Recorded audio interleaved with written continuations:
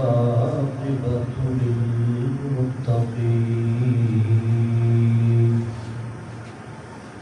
الصلاة والسلام على سيد الأنبياء والمرسلين أما بعد فأعوذ بالله من الشيطان الرجيم بسم الله الرحمن الرحيم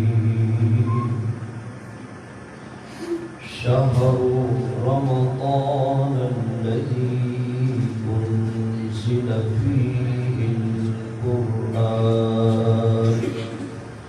صدق الله مولانا العظيم إن الله وملائكته يصلون على النبي يا أيها الذين آمنوا صلوا عليه وسلموا تسليما الصلاة والسلام عليك يا سيدي يا رسول الله وعلى آلك وأصحابك يا الصلاة والسلام عليك يا سيدي يا نبي الله وعلى آلك وأصحابك يا سيدي يا خاتم النبيين حمد و ثنا کے بعد تمام حاضرین و ناظرین و سامعین السلام علیکم ورحمۃ اللہ۔ اللہ تعالیٰ نے ہم پر پھر کرم فرمایا، ہمیں زندگی میں پھر ماہ رمضان کی بہاریں عطا فرمائی۔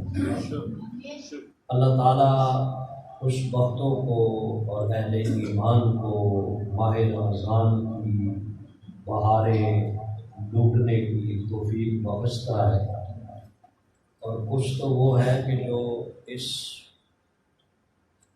مہربان مہینے میں بھی کچھ نیکیوں سے خالی رہ جاتے ہیں، وہ بدبخت بھی ہو سکتے ہیں اور کیا کہہ سکتے ہیں۔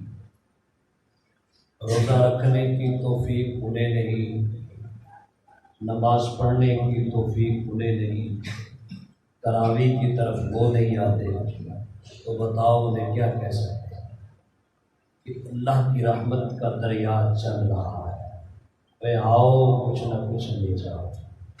اس قدر یہ بڑا مہینہ ہے، جس نے فرض پڑھا 700 گنا زیادہ ثواب ہے، نفل کا ثواب فرض کے برابر، اور جو روزہ ہے اس کا ثواب یعنی اللہ فرماتا ہے جو روزہ رکھتا ہے ثواب تو بڑی دور کی بات ہے، فرمایا میں خود روزے والے کو مل جاتا ہوں، اس سے بڑی اور کیا چیز ہے۔ تو میرے دوستو، ماہ رمضان میں قرآن کا نزول ہے، شہر رمضان الذی انزل فیہ القرآن۔ اللہ نے فرمایا لوگوں، ہم نے ماہ رمضان میں قرآن کو نازل کیا۔ ہم قرآن کا ادب بھی کرتے ہیں اور قرآن سے محبت بھی کرتے ہیں۔ یہ ملک پاکستان کا خاصہ ہے کہ یہ قرآن سے محبت کرتے ہیں، اور پھر یہ خاصہ اہل سنت و جماعت میں ہے کہ وہ قرآن کو نیچے نہیں گرنے دیتے، وہ قرآن کو اونچا رکھتے ہیں۔ یہ قرآن سے محبت آئے۔ میں کہتا ہوں کاش یہ قرآن کی محبت یہ قرآن کے عشق میں تبدیل ہو جائے۔ محبت اور چیز ہوتی ہے، عشق اور چیز ہوتی ہے۔ جنہاں دلاں وچ عشق سمانا، رونا کم گناہاں، ملدے روندے وچھڑے روندے روندے پیندے راہ۔ عشق جب ہوتا ہے تو یہ رلاتا، عشق تڑپاتا۔ کاش کہ ہمارے سینوں میں قرآن کا عشق پیدا ہو جائے، ہم قرآن سے عشق کریں، اور قرآن کا پہلا عاشق جس نے قرآن سے عشق کیا وہ محمد مصطفیٰ کی ذات ہے۔ قرآن سے عشق تھا میرے نبی کو، کل زمانے کو عشق ہے میرے نبی سے، کل زمانے کو، بلکہ ہر کائنات میں رہنے والے کو میرے نبی سے عشق ہے، اور میرے نبی کو قرآن سے عشق تھا۔ اب بتاؤ وہ کتنا بڑی کتاب ہوگی، کتنی عظمت والی ہوگی کہ جس کا عاشق محمد مصطفیٰ، یہ قرآن ہے۔ اور اللہ نے انبیاء کو جتنے بھی معجزے عطا کیے وہ سب حصی معجزے تھے۔ سمجھتے ہیں حصی کسے کہتے ہیں؟ یعنی زمانے کے لوگ اس سے فائدہ اٹھاتے، اور جو وہاں موجود ہوتے صرف وہی دیکھتے۔ جیسے حضرت عیسیٰ علیہ السلام مردوں کو زندہ کرتے، تو یہ معجزہ آپ کے ساتھ تھا، آپ تھے تو معجزہ تھا، آپ چلے گئے تو معجزہ بھی ختم ہو گیا۔ یا جو لوگ وہاں تھے انہوں نے فائدہ لیا، ہم اس معجزے سے۔ اسی طرح دیگر انبیاء کو اللہ نے معجزے دیے، لیکن جب نبی گئے تو ان کے معجزے بھی چلے گئے، اور ان کا فائدہ زمانے والوں کو ہوا، بعد والوں کو ان کا فائدہ۔ لیکن اللہ نے اپنے نبی کو ایک معجزہ ایسا بھی دیا ہے، جیسا اس کا نزول ہوا، جس طرح میرے نبی پہ اس کا نزول ہوا، اور مین اسی طرح ہم تک پہنچا، بالکل اسی طرح ہے۔ ایک زبر زیر شد مد کی بھی تبدیلی نہیں ہے، اور اس معجزے کا نام قرآن ہے۔ اس معجزے کا نام، آج ہر کوئی خواہش کرتا ہے یار کوئی پرانی چیز ملے جو میرے نبی کے زمانے سے چلی آ رہی ہے، کوئی مکان ہو، کوئی مسجد ہو، کوئی ایسی قدیمی چیز ہو۔ تو میں نے کہا تم کدھر بھٹکتے ہو، کدھر بھٹکتے ہو؟ یہ قرآن دیکھو، یہ جیسے آیا ہے ویسے ہی تمہارے پاس آیا۔ یہ قرآن ہے، اور قرآن کا عشق، قرآن کا عشق، عاشق قرآن۔ میں ایک اور بندے کی آپ کو بات بتاتا ہوں، جنہیں صحابہ سب عاشق قرآن تھے، سب عاشق قرآن تھے۔ صحابی فرماتے ہیں ہم جا رہے تھے، راستے پہ رات ہو گئی، صحابہ نے مشورہ کیا کہ کچھ سو جاتے ہیں، کچھ کی ڈیوٹی لگاتے ہیں کہ وہ رکھوالی کرے تاکہ دشمن کہیں اٹیک نہ کر دے۔ تو صحابہ کی ڈیوٹی لگی کہ وہ رکھوالی کریں گے، بقیہ صحابہ سو جائیں گے۔ اب یہ دو تھے، انہوں نے آپس میں مشورہ کیا کہیں ایسا نہ ہو کہ آخر رات دونوں کو نیند آ جائے، یوں کر لیتے ہیں ایک آدھی رات سو جائے اور دوسرا آدھی رات سو جائے۔ رات کو آدھے پہ تقسیم کیا، اب ایک تو سو گئے اور ایک جو صحابی تھے اب وہ جاگ رہے ہیں۔ اتفاقاً جس طرف سے دشمن آنے کا خدشہ تھا وہی رخ قبلہ کی طرف تھا، دوسری طرف سے دشمن آنے کا کوئی خدشہ۔ انہوں نے کہا دشمن اسی طرف سے آئے گا، اسی طرف قبلہ ہے اور دشمن کو دیکھنا ہے، کیوں نہ ہو کہ قرآن پڑھتا رہوں اور نفل پڑھتا رہوں۔ اسی طرف قبلہ ہے، جب دشمن آئے گا دیکھا جائے گا۔ اب انہوں نے قرآن شروع کر دیا، سورۃ کہف 15ویں سپارے کا، وہ لذت آئی، قرآن پڑھتے جا رہے ہیں، دشمن بھی سامنے آ گیا۔ اب دشمن کہتا ہے ہمیں پتہ نہیں چل رہا تھا کہ یہ کوئی انسان کھڑا ہے یا کوئی درخت کھڑا ہے۔ اب انہوں نے تیر چلایا، ان کے بدن پہ لگا، خون نکلا، لیکن بندہ ہلا نہیں۔ انہوں نے کہا یہ تو کوئی درخت ہی لگتا ہے، جسے تیر لگے اور وہ ہلے نہ، یہ ہو سکتا۔ جسم سے ہم نماز پڑھ رہے ہوں، مکھی بیٹھ جائے جی تو تھپڑ منہ پہ دے مارتے ہیں، مکھی بیٹھی ہے۔ یہ تو ہمارا حال ہے، ایک خارش ہمیں ہو جائے ہمارا اس پہ کنٹرول نہیں، پڑھ رہے ہیں نماز۔ صحابہ پھر انہوں نے دوسرا تیر چلایا، لیکن وہ ٹس سے مس نہیں، وہ عاشق قرآن تھے اور قرآن کی لذت نے انہیں درد نہیں ہونے دیا، قرآن کی لذت نے انہیں درد نہیں ہونے دیا۔ جب تیر 3-4 لگے، خون زیادہ بہا، انہوں نے کہا کہیں ایسا نہ ہو کہ فرض منصبی میں کوتاہی ہو جائے اور یہ لوگ دوسروں کو تکلیف پہنچائیں۔ ساتھ والے صحابی کا انگوٹھا کھینچا، کہا اٹھ، دشمن آ رہا ہے، مجھ پہ کمزوری طاری ہے، بچے۔ کسی نے کہا جب پہلا تیر لگا تھا، کہا قرآن پڑھ رہا تھا، قرآن کی لذت نے مجھے تیر کی درد سے دور کر دیا۔ اسے کہتے ہیں عاشق قرآن۔ ہم کیا عاشق قرآن ہیں؟ ادھر مسجد میں قرآن ہو رہا ہے، ہم کاروبار میں مگن ہیں۔ قرآن کی عظمت کے لیے، قرآن کی محبت کے لیے، قرآن کے عشق کے لیے تیری دکان نہ بند ہو سکی؟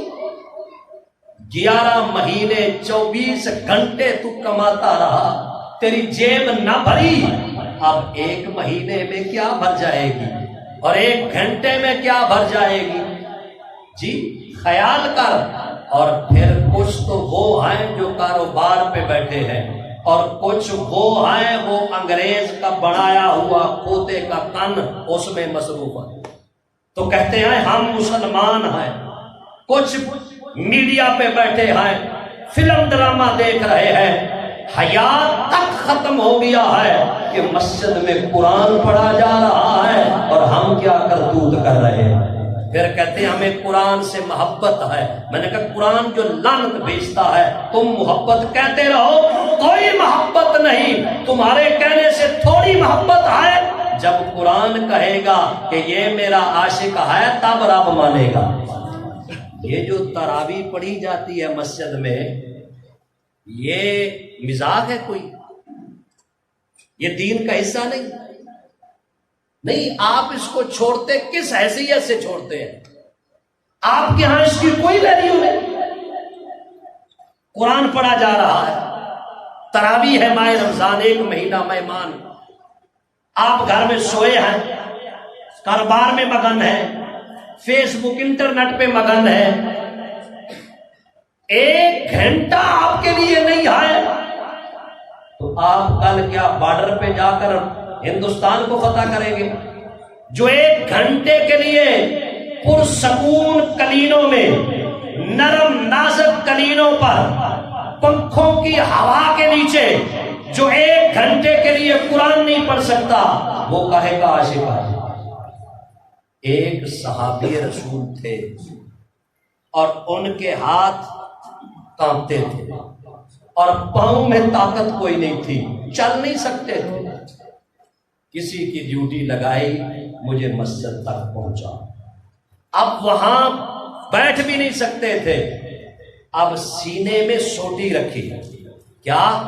سینے میں سوٹی رکھی، سوٹی کے سہارے کھڑے ہو گئے، قرآن کی تلاوت سن رہے ہیں۔ میرے نبی نے فرمایا آپ ضعیف ہیں، آپ بزرگ ہیں، آپ سے چلا نہیں جاتا، آپ کھڑے نہیں ہو سکتے، آپ سے بیٹھا نہیں جاتا، آپ نماز گھر میں پڑھ لیا کریں۔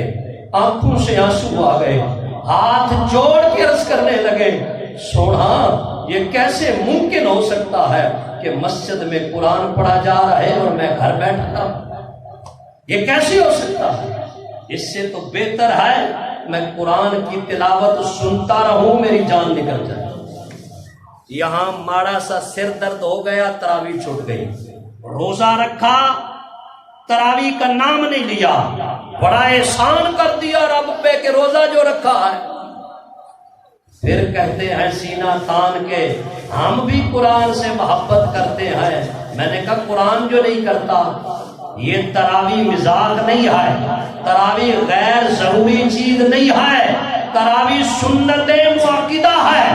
جناب عمر نے یہ اہتمام کر دیا مسجد نبوی میں جماعت کے ساتھ، کہا لوگوں آج کے بعد یہ عمر یہ سنت جاری کر کے جا رہا ہے کہ ماہ رمضان میں قرآن تراویح میں پڑھا جائے گا، اور جس کے دل میں قرآن کی محبت ہوگی وہ مسجد میں آ کر تراویح میں قرآن سنے گا۔ پھر کس منہ سے کہیں گے ہم قرآن کے عاشق ہیں؟ کس منہ سے کہیں گے ہمیں قرآن سے محبت ہے؟ کیا قرآن اس لیے آیا ہے کہ لپیٹ کے الماریوں میں رکھ دو، سال نکالنے کی ضرورت ہی نہیں ہے؟ جب کوئی بندہ مرنے لگے، جان پھنس جائے، پھر پڑھو جلدی بابا مرے جی۔ قبر میں جا کر پھر جناب قبر کے اوپر کھڑے ہو کے قرآن پڑھا جاتا ہے۔ یہ قرآن کی برکت تب ملے گی جب مرنے والا خود قرآن کی تلاوت کرتا ہو۔ یاد رہے کلوں پہ پڑھا جا رہا ہے، اتنے قرآن اکٹھے کیے جا رہے ہیں اور اس صاحب نے کبھی قرآن کو ہاتھ تک نہیں لگایا، اب کسی کے پڑھے ہوئے کے ثواب کیا ہوگا؟ آپ اندازہ لگائیں، کھولو آنکھیں، کہاں پھر رہے ہو؟ ایک دن اس جہان سے جانا ہے، یہ عارضی ہے۔ چلے گئے باپ دادا، چھوڑ گئے سب کچھ، ہم نے بھی چلے جانا ہے، چھوڑ جانا ہے سب کچھ۔ یہ دنیا کا مال دنیا پہ رہے گا، قبر میں آنکھیں کھلے گی۔ یار 1 گھنٹہ قرآن کو دے لیتے تو آج اللہ بھی فرماتا تراویح پڑھنے والوں کا وہ محل ہے جو انہوں نے میرے قرآن سے محبت کی، میں نے ان کا وہ محل بنا دیا ہے جی۔ اس لیے خیال کرو، پورا سال 11 مہینے کماتے ہو، مزدوریاں کرتے ہو، سب کچھ کرتے ہو۔ میں یہ نہیں کہتا کہ مزدوری چھوڑو، مزدوری کرو، تھوڑی کم کر دو، تھوڑا کم پیسہ آ جائے گا، یہی ہوگا، لیکن رب تو خوش ہو جائے گا۔ رب خوش ہو گیا، اس جہان پہ بھی بیڑے پار ہوں گے، اس جہان پر بھی بیڑے پار ہوں گے۔ یہ قرآن ہے، اس لیے تراویح کوئی مزاق نہیں ہے، تراویح کوئی غیر ضروری کام نہیں ہے، تراویح کوئی نفل نہیں ہے۔ صاحب دی مرضی تے پڑھے، صاحب دی نہیں مرضی تے نہ پڑھے جی۔ تمہاری گردن پہ کسی نے چھرا رکھا تھا کہ کلمہ پڑھو مسلمان ہو وہ جی، مرضی سے مسلمان ہوئے ہو، اللہ نے توفیق بخشی ہے، اب مرضی تمہاری نہیں چلے گی، اب مرضی قرآن کی چلے گی۔ ایک تابعی تھے صحابہ کے بعد، انہیں کہا جاتا تھا عالم بالقرآن بعد الصحابہ، صحابہ کے بعد سب سے زیادہ قرآن کے جاننے والے، اور ان کا نام تھا رفیع بن مہران۔ یہ قرآن کے عاشق تھے اور قرآن سے محبت کرتے تھے۔ ان کی ٹانگ پہ کینسر کا پھوڑا نکل آیا، حکیموں کو بلایا اور انہوں نے کہا جی ٹانگ بچائیں تو جان نہیں بچتی، جی جان بچائیں تو پھر ٹانگ اڑانی پڑے گی، ایک کام ضرور کرنا پڑے گا۔ انہوں نے کہا چلو جان بچے، اگر ٹانگ کٹنے سے جان بچتی ہے تو کاٹ دو، ٹھیک ہے حکم ہے، لیکن انہوں نے کہا آپ کو نشہ آور چیز پلانی پڑے گی، کوئی ایسی چیز جو آپ کو نشہ دے، آپ بے ہوش ہو جائیں۔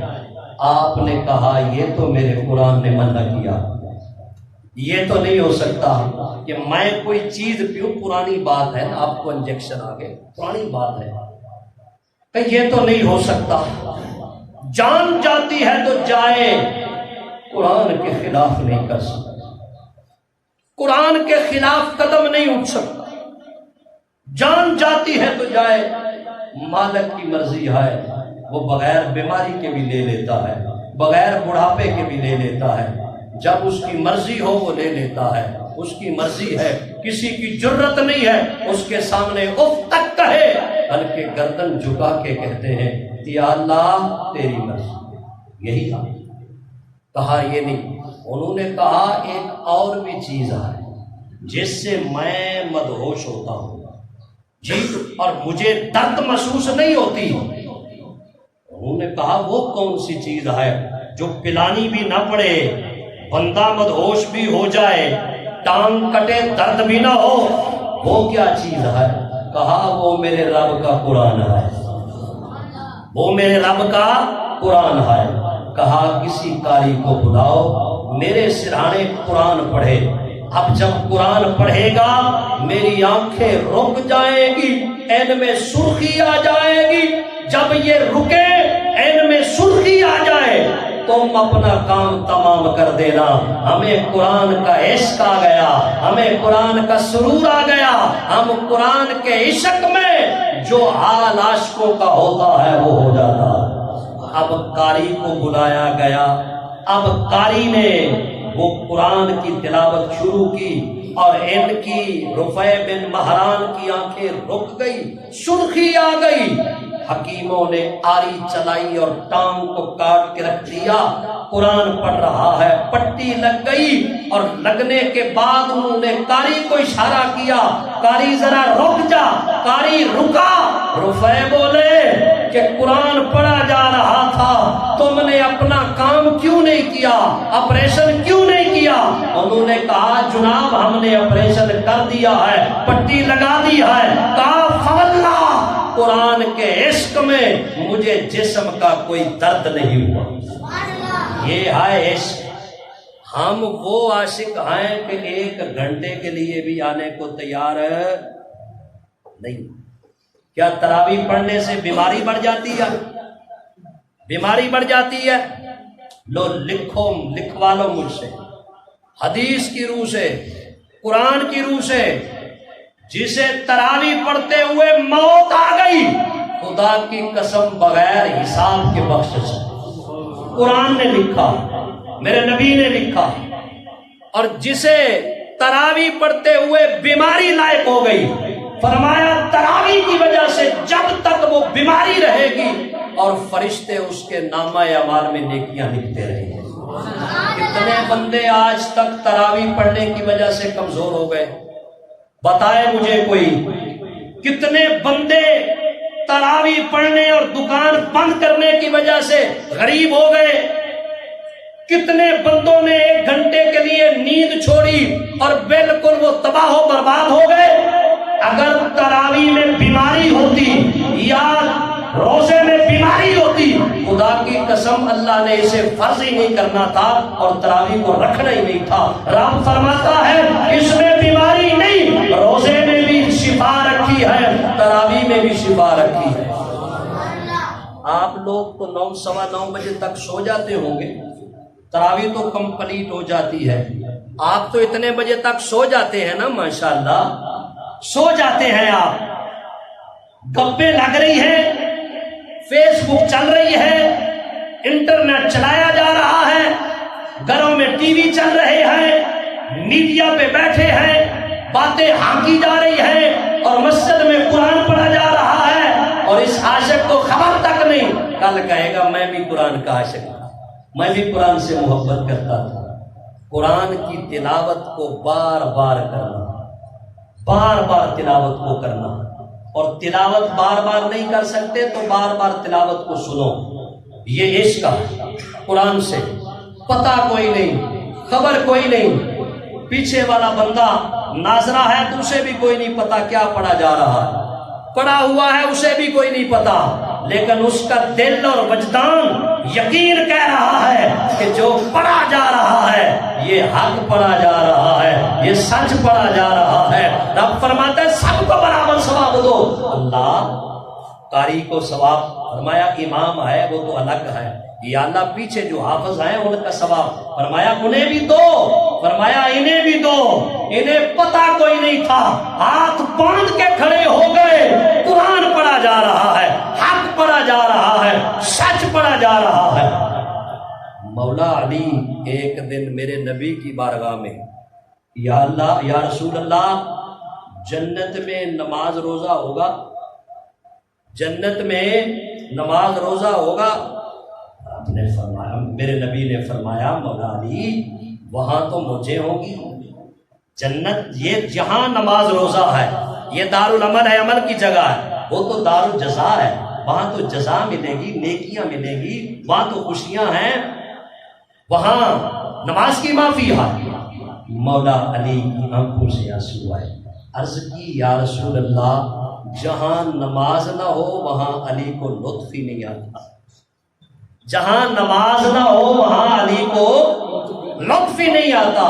فرمایا پھر اللہ کرم کرتا ہے، جسے نماز میں لطف آتی ہے اللہ اسے وہاں بھی نماز کی توفیق دیتا ہے۔ جی مولا علی سے کسی نے پوچھا آپ کے من میں کیا محبت ہے؟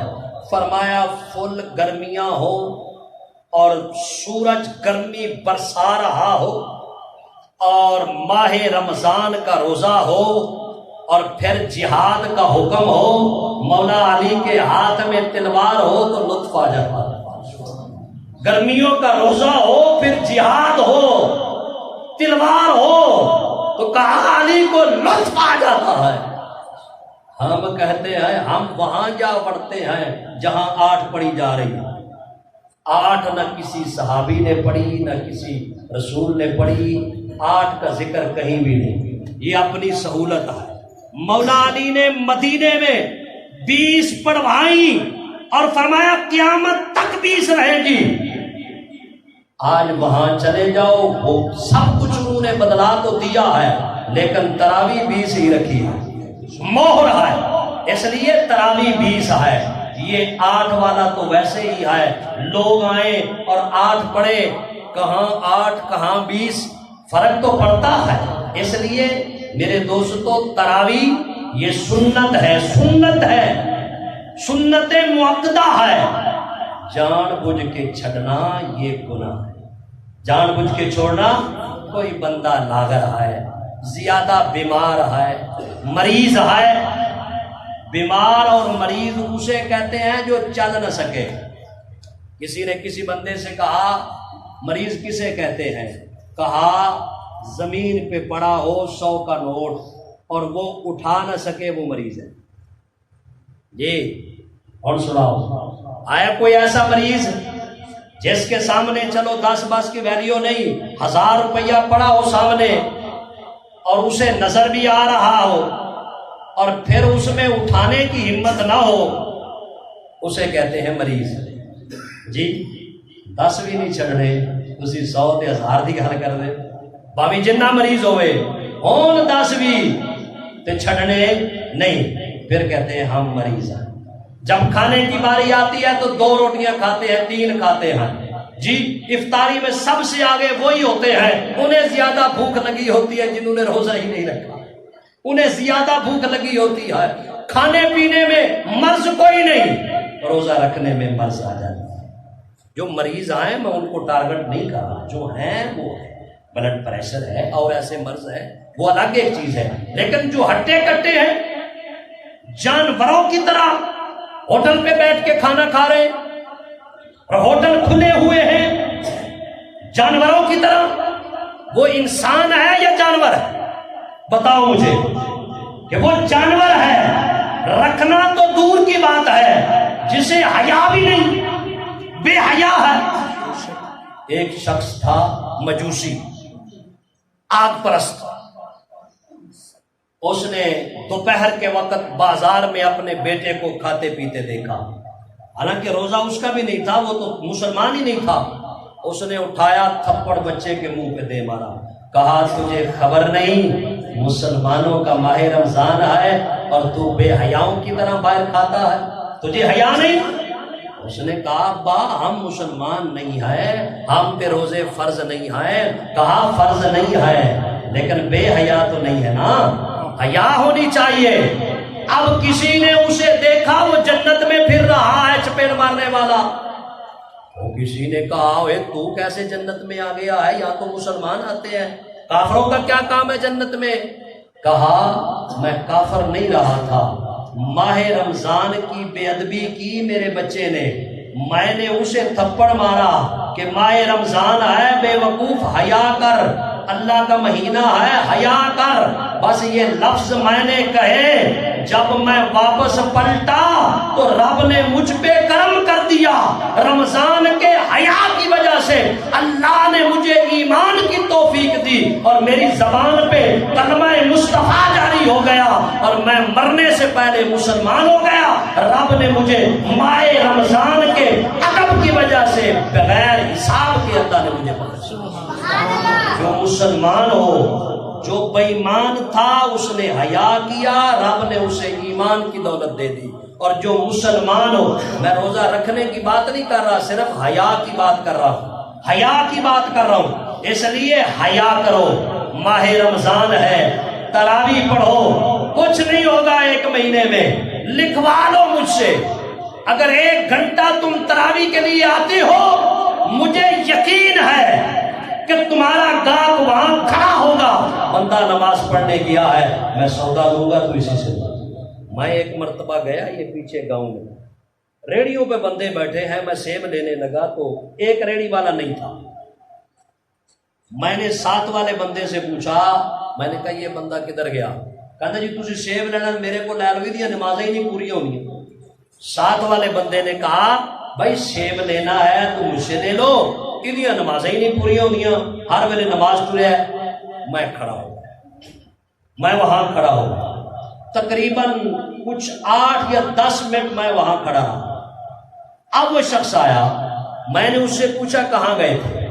کہا جی میں نماز پڑھنے گیا تھا۔ میں نے کہا یہ مجھے سیب 2 کلو 3 کلو۔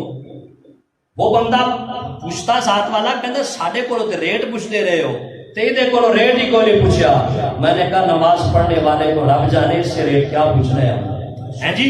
اب وہ بھی کتنا خوش ہوا ہوگا کہ میرا گاہک رب نے یہاں روک رکھا ہے، اس کے مقدر میں تھا، کوئی اور نہیں لے سکتا تھا، جو تمہارے مقدر میں لکھا گیا ہے وہ کوئی اور نہیں لے سکتا، اور جو نہیں لکھا گیا تو وہ تم دکان پہ بیٹھے رہو تب بھی نہیں آئے۔ اس لیے میرے دوستو حیا کرو، ماہ رمضان کا ادب احترام کرو، اور تراویح کو غیر ضروری نہ سمجھو، روزے کو چھوڑو نا۔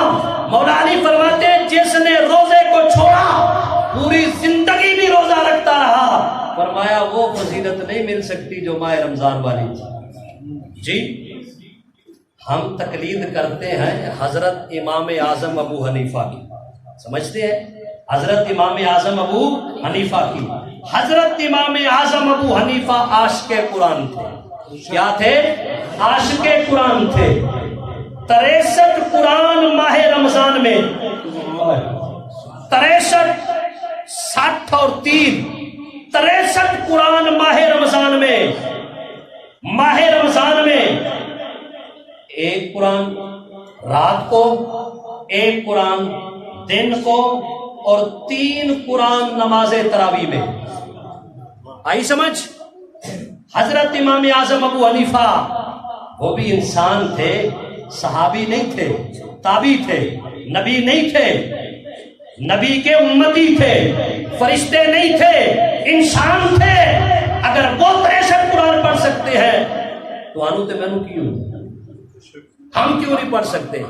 63 تو بڑی دور کی بات ہے، ہم 1 قرآن تراویح میں نہیں چھوٹ سکتے، 1 قرآن۔ اس لیے یہ بالکل غلط بات ہے، یہ چھوڑو۔ قبر سے ڈرو، رب سے ڈرو، اللہ کے عذاب سے ڈرو، آخرت سے ڈرو۔ یہ سب کچھ فانی ہے، یہ فنا ہونے والا ہے، آخرت باقی ہے، آخرت کی طرف آؤ۔ اس لیے یہ عاشق تھے۔ تاریخ اٹھا کر دیکھیں، اللہ نے انہیں فضیلت بخشی ہے جو قرآن کے عاشق ہیں، انہی کا نام ہے۔ امام شافعی عاشق، امام احمد بن حنبل، یہ سب جتنوں کو بھی یہ رب نے فضیلت مقام دیا ہے، یہ سب کے سب عاشق قرآن تھے، اور رب نے کہا تم نے میرے قرآن سے عشق کیا ہے، اب زمانہ تم سے عشق کرتا ہے۔ یہ ہے قرآن کی عظمت، یہ ہے قرآن کی محبت۔ مت ڈراؤ، مت ڈرو، مت شرماؤ، تراویح کے لیے آؤ، چھوڑو کچھ دن کے لیے یہ ٹچ۔ کہتے ہیں یہودی بڑے دن سے پریشان تھا کہ مسلمانوں کے سینوں سے قرآن کیسے نکالے۔ اب اس نے یہ کھوتے کا کن ہمارے ہاتھوں میں پکڑا دیا۔ اب بچے کو نیند آ رہی ہے، اسے موبائل دے دو، اس کی نیند گئی۔ بچے کو بھوک لگی ہے، موبائل دے دو، بھوک گئی۔ بچہ رو رہا ہے، تکلیف ہے، موبائل دے دو، سب کچھ گیا۔ موبائل کھیل رہا ہے بچہ، ماں بلاتی ہے، بیٹا روٹی کھا، کہتا آ رہا ہوں امی جی، آ رہا ہوں، پھر بلا امی جی آ رہا ہوں، پھر سختی سے بلانا پڑتا ہے، موبائل کھینچنا پڑتا ہے۔ کوئی یہ دور تھا صحابہ کے بچے قرآن پڑھتے تھے، ماں کہتی تھی بیٹا روٹی کھا لے، بیٹا کہتا تھا اماں کچھ دیر ٹھہر جا، میں ایک سورت مکمل دے، اماں کچھ دیر ٹھہر جا۔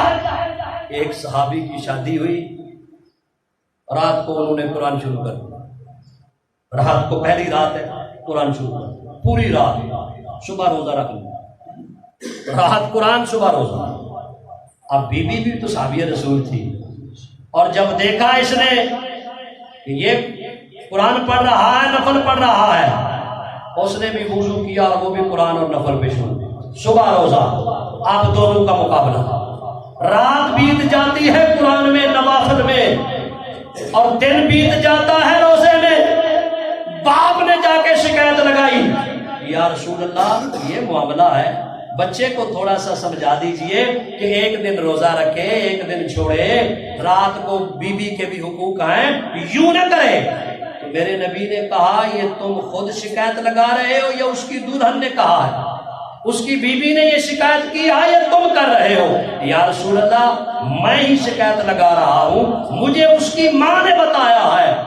کہا دلہن کو بھی بلاؤ، دلہے کو بھی بلاؤ، اور دلہن سے کہا تم نے یہ شکایت کیوں نہیں لگائی؟ کہا مجھے کیا ضرورت ہے، یہ قرآن پڑھتا ہے تو میں بھی قرآن پڑھتی ہوں، اور یہ تراویح، یہ روزہ رکھتا ہے میں بھی رکھتا ہوں۔ پھر میرے نبی نے انہیں منع کیا، فرمایا ایسا نہیں کرو، مہینے میں 3 روزے رکھو، پورے مہینے کا تجھے ثواب ہے، صبح تہجد اٹھ کے پڑھو، پوری رات کا تجھے ثواب ہے۔ صحابی پھر بھی عرض کرنے لگے یا رسول اللہ قرآن پڑھنے میں بڑی چس آتی ہے، میرے لیے مہربانی کرو، آدھی رات کر دو، آدھی رات میں قرآن پڑھوں گا، اور میرے لیے مہربانی کر دو، میں ایک دن روزہ رکھوں گا اور ایک دن چھوڑ دوں گا، یہ مہربانی کرو۔ میرے نبی نے فرمایا تجھے اجازت ہے۔ اس لیے میرے دوستو یہ وہ صحابہ ہوتے تھے، لیکن ہم تو ٹچ سے نہیں نکلتے، ہم تمہاری جان موبائل سے نہیں چھوٹتی۔ اب انگریز خوش ہے کہ جن بچوں نے قرآن پڑھنا تھا وہ یہ پڑھ رہے ہیں، جن بچوں نے نمازیں پڑھنی تھی وہ گیمیں کھیل رہے ہیں، جن بچوں نے مسجد کی زینت بننا تھا وہ بچے کلب کی زینت بن چکے، جن بچوں نے اپنی جوانیاں مسجد میں قربان کرنی تھی وہ بچے بازاروں میں اپنی جوانیاں قربان کرتے پھر رہے ہیں۔ اب انگریز خوش ہے، اب مسلمانوں پہ حاوی ہے، اب تو تمہیں لائنیں لگ کے آٹے میں لائنیں لگانے پڑتی ہیں تو کل اور چیزوں میں بھی لائنیں لگے گی۔ جب سے قرآن سے منہ موڑا ہے پھر اللہ کے عذاب آتے ہیں۔ جب تک قرآن سے محبت رہے، رب فرماتا ہے قرآن سے عشق کرو۔ رہا رزق کا معاملہ، فرمایا رزق تمہیں وہاں سے دوں گا جہاں تمہارا وہم و گمان بھی نہیں۔ تم قرآن سے منہ نہ موڑو، قرآن سے محبت کرو، قرآن سے عشق کرو۔ واخر دعوانا